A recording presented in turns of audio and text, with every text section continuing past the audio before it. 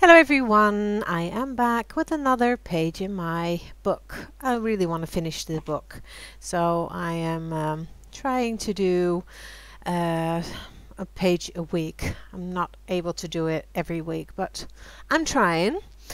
So this was a page that I started but didn't finish, and I didn't know what to do with a flap, so I thought I would cut it in several pieces and then do something with butterflies. As you can see, I embossed a butterfly, another pretty one, and I really hated it. So I thought, okay, discarding that and just work with it. So I thought I would do something quite not quite different, but with only oil-based materials. This is an water-soluble oil paint.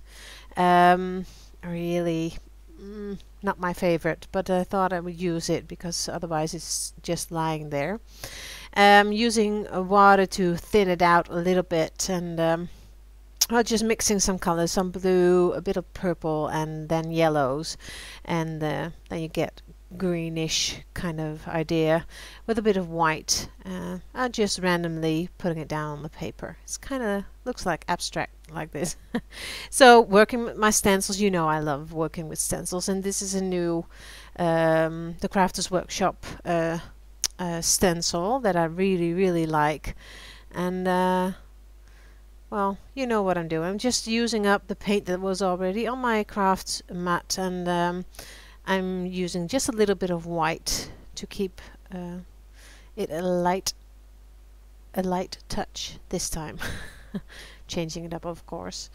You'll see. So now I'm using this Prima oil pastels. I'm really liking those because they're very versatile, and I really like using them with my fingers, as you can see. Now, I left a lot in, but I sped it up 8 times. Just I figured out how to do it in Movie Maker, so I'm planning on doing that often, so I can leave a lot of painting in my or well, yeah, technically it is kind of a painting or drawing, is it? Well, I don't know how to call it. It's drawing with oil pastels. So you can see how it goes, the colors that I use and how I use them and how many times I change my mind. So and you can also see how it looks rubbish from time to time. But in the end, it starts to look better. So I'm just using colors that I like. Just going with the flow and see where the crayons take me. Little bit of shading, and I am trying to use only the pastels, and you can see that they are water soluble as well, so I can use a little brush for the fine details. Just a little bit of water, I spray a bit of water on my craft sheet, and that works just fine. I'm not cleaning the brush in between, I'm just using the colors that are already on the brush. Now notice the nose, it's very crooked and ugly, but I'll fix that later, showing you that as well. So almost done with the basics. She starts to look quite nice, isn't she? So now after doing this first stage, I didn't know how to go further with it, so I thought I might just do something different. I wanted to use a different kind of medium on top, so in my brilliant idea I had using clear gesso, don't do that, you'll see later why.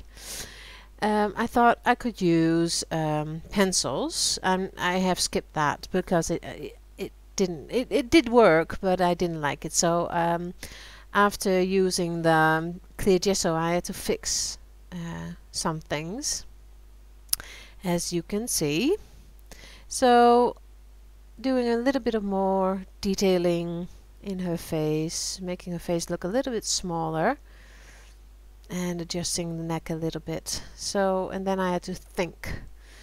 So I'm just using the black to go to the I didn't know what to do with those things at this point, so and well, going back and forth. So, and then I thought I would just emphasize those stencil marks I made. Didn't like that as well. So here it goes. You can see that the clear gesso didn't take on the oil-based background. Stupid me. Should have thought about it. But then again, just working with it. So I rubbed and I rubbed and I rubbed until a lot of layers of the gesso were gone. And then I took a little piece of sanding paper and I just sanded it a little bit to get the edges off. And then I used gel medium. That should have been done that the first time, but now I just woke up and thought gel medium is better. You can see that I used another the Crafters Workshop stencil on the other page. I'm not going to work on that page now. I'm just going to focus on her, as you can see, and I will do another face, trying a boy's face on the other side later. I'm not sure if I'm going to tape it, but you'll see in the future.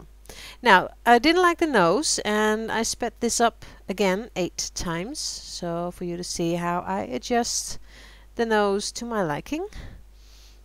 And the mouth, making her a little bit less sad, but I've talked about that before, that faces that I do are mostly a little bit sad or thinking faces.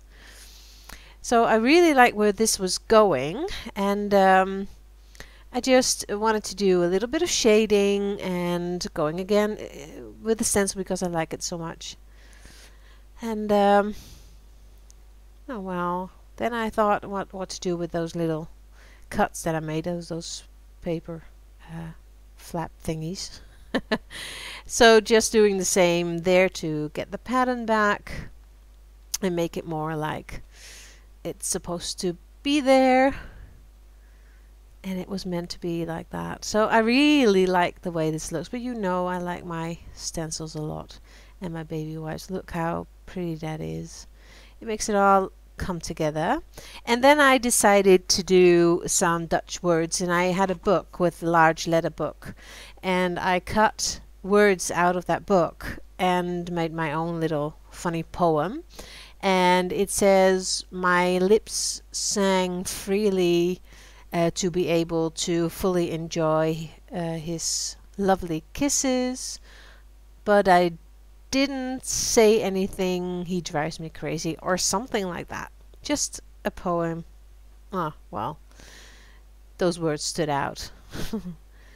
So I'm just outlining it, and then look at the sides of her head. It looks like, the shading looks like hair.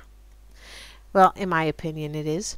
So I thought that looks pretty, but I need to emphasize it a bit more without making it look making it into hair. So I made it darker and then went in with the stencil again, so it looks like she has kind of like curly hair. And then I call it quits. I think it's fine just the way it is. I really like how it became a nice face. So I hope you liked it too, and I thank you for watching again, and leave me a comment if you